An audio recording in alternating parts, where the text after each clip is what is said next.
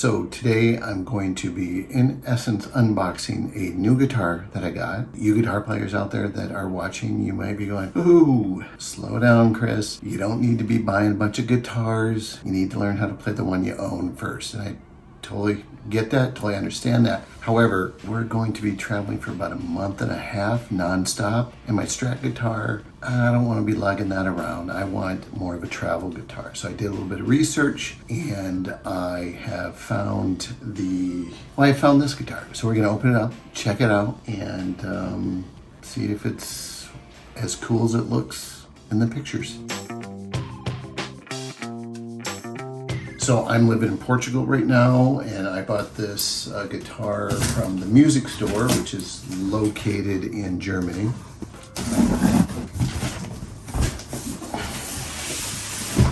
So here's the packing job, pretty decent. And here is my guitar. Oh, it's kind of heavy. I wouldn't say like heavy, like but it seems like it's gonna be a sturdy guitar. So the guitar I got is from a German-based company. I did not know this. Steinberger is a division of Gibson. Spirit GT-PRO Deluxe. So that's the guitar I got, the Spirit GT-PRO Deluxe.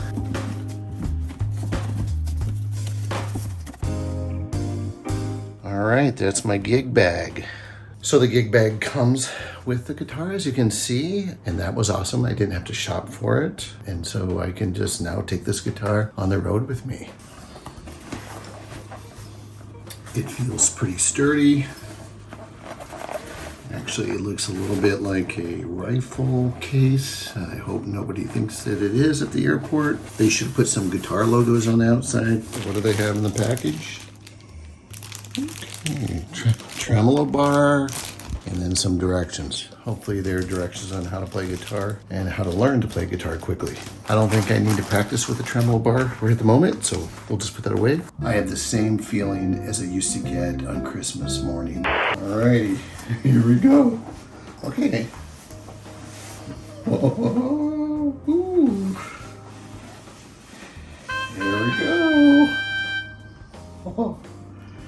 This is sturdy, but look at that, is small. And I went with the Hot Rod Yellow. Blue and yellow are my favorite colors, and my other guitar is blue. I've never played one of these before. I remember seeing these way back in the 80s. I had a college buddy named Charlie who was into Rush, and Geddy Lee played one of these guitars. Well, Geddy Lee played the bass guitar. It is out of tune. The knobs feel very high quality, smooth. All right, I'm going to plug this in and tune it. It's got the little kickstand. So yeah, I could just be like sitting in my hotel as I'm traveling.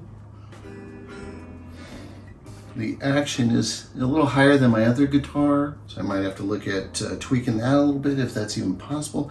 But yeah, this seems just really like a just solid guitar. I have a feeling I could like throw it up, have it land right in front of me, and it'd be fine. But I'm not gonna do that. I'm not sure what this is right here.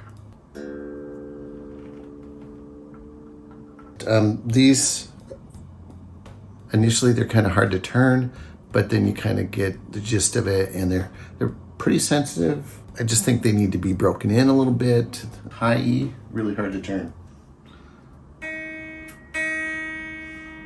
Interesting. It's kind of annoying because it's like gets to the point where I can't turn it anymore, but it's not tuned to the E it needs to be tuned to. What's happening is this thing right here lets me tune up, but it's reached the point where you can't turn it any more times. It's just, it doesn't seem like it keeps going and going. It seems like it gets to a point, like if you're screwing in a screw, it gets to a point where it can't keep going. So therefore I can't tune this all the way up to E. But let's turn on the distortion, at least play some of the notes just for shits and giggles. Mildly upsetting.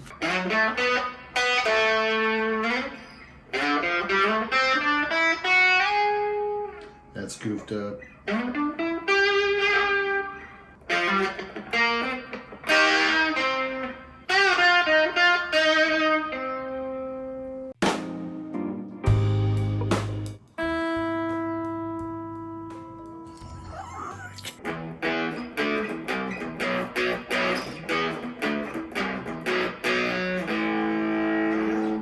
That sounds good.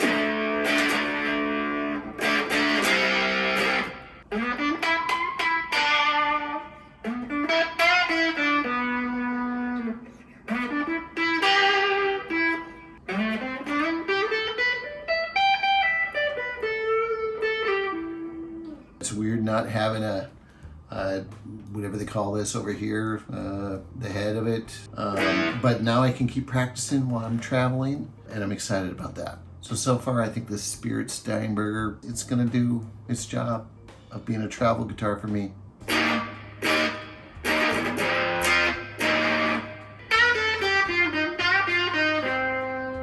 Later. I've had some time to spend with the Steinberger Spirit because I was going to be doing a lot of traveling. In fact, we've already done all the traveling. We were gone for 56 days. We took several flights. We were driving all over the place. And I do have to say, for travel, it was awesome. I never had any issues with it as a carry-on. One time the flight attendant did take it and put it in a closet, but most of the times I was able to put it in the overhead bins. One time when we were checking luggage, I think it was Finnair, said that I could not bring it as a carry-on, so they had to then treat it as an oversized. But I learned that if you're going to bring this guitar for travel, just don't show them when you come up to the luggage check-in area. Just hold on to it and bring it with you to the gate. One of the first things I felt after buying this guitar was a couple things I didn't like about it. It had a rattle on one of the second fret. That's gone now. And I had to monkey with these, which I don't know what they call these, because again, I'm kind of a newbie when it comes to the guitar. Long story. Watch some of my old videos. But I monkeyed with these guys, brought it up a little bit, and that went away.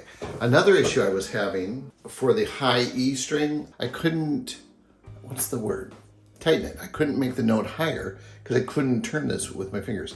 What I realized after I changed strings for the first time, I was able to play with it, and it seemed like it just needed to get loosened up because now I can tune it perfectly. It works great. I just think it was maybe crud from coming out of the factory. I don't know. A couple things about playing this guitar. I have a Fender Squier Strat. Most of my time was being played on that guitar. Then switching to this, it was a little different. A couple things. If you're, if you have the strap on, okay. If you're using the strap and you're standing up and you have a little bit of a belly, like a beer gut like me, it's kind of weird because you can't see the fret. You got to kind of peek over. I suppose if I was skinnier, I could probably see. I suppose if I go like this, but I thought that was a little difficult. If I were to be playing this guitar live, it'd be a little tough because I wouldn't be able to see where I'm at. Maybe I'd be so good by then I wouldn't need to. Another thing I noticed when you're playing, the pickups are really close. So when you're strumming or picking, your pick bumps them a lot. And it took a little bit getting used to that. Another thing is this knob, the volume knob, is kind of right where I was used to having my hand. So noticing that when switching to this was like, oh, that's kind of annoying. I found this little guy, which is metal, very solid, and it works nicely, and it seems like this is gonna last forever. I had to check this, so this was in just a little bag. Here, let me show you the bag. So the guitar was in this, only in this, and it took a ride on an airplane over the ocean in just this. And it's fine. See, this guitar is really solid. It's really heavy. I think their description and their advertising it's indestructible. So yeah, I feel pretty confident that I could throw this off a bridge onto a boat that's going under the bridge and it'd be fine. I could also probably slam this on the stage floor as an act of aggression and it wouldn't break. Oh, one thing about the bag though, 56 days of travel and it's already got a hole in it. So you know, it's already worn out, so I'm probably going to have to get a new one. But this is what came with the guitar, so it's not like I spent extra for it. The guitar itself, for playing it for 56 days, pretty much every day I put some time in, I found myself getting very attached to the guitar. It was nice. I just would be playing and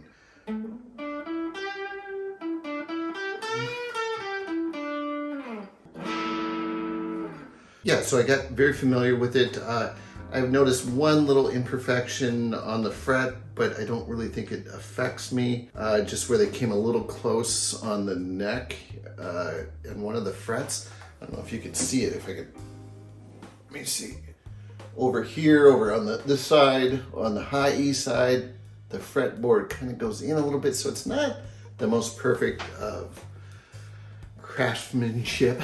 But again, I got it to be my travel guitar. I got it so I could keep practicing, because someday I'd like to be a rock star, and you can't be a rock star if you go 56 days without playing. I don't have enough experience to go that much deeper than I just did, but if someone is considering the Steinberger Spirit guitar as a travel guitar, I think I would recommend it. This is a good travel guitar. It's a good guitar to have in your arsenal.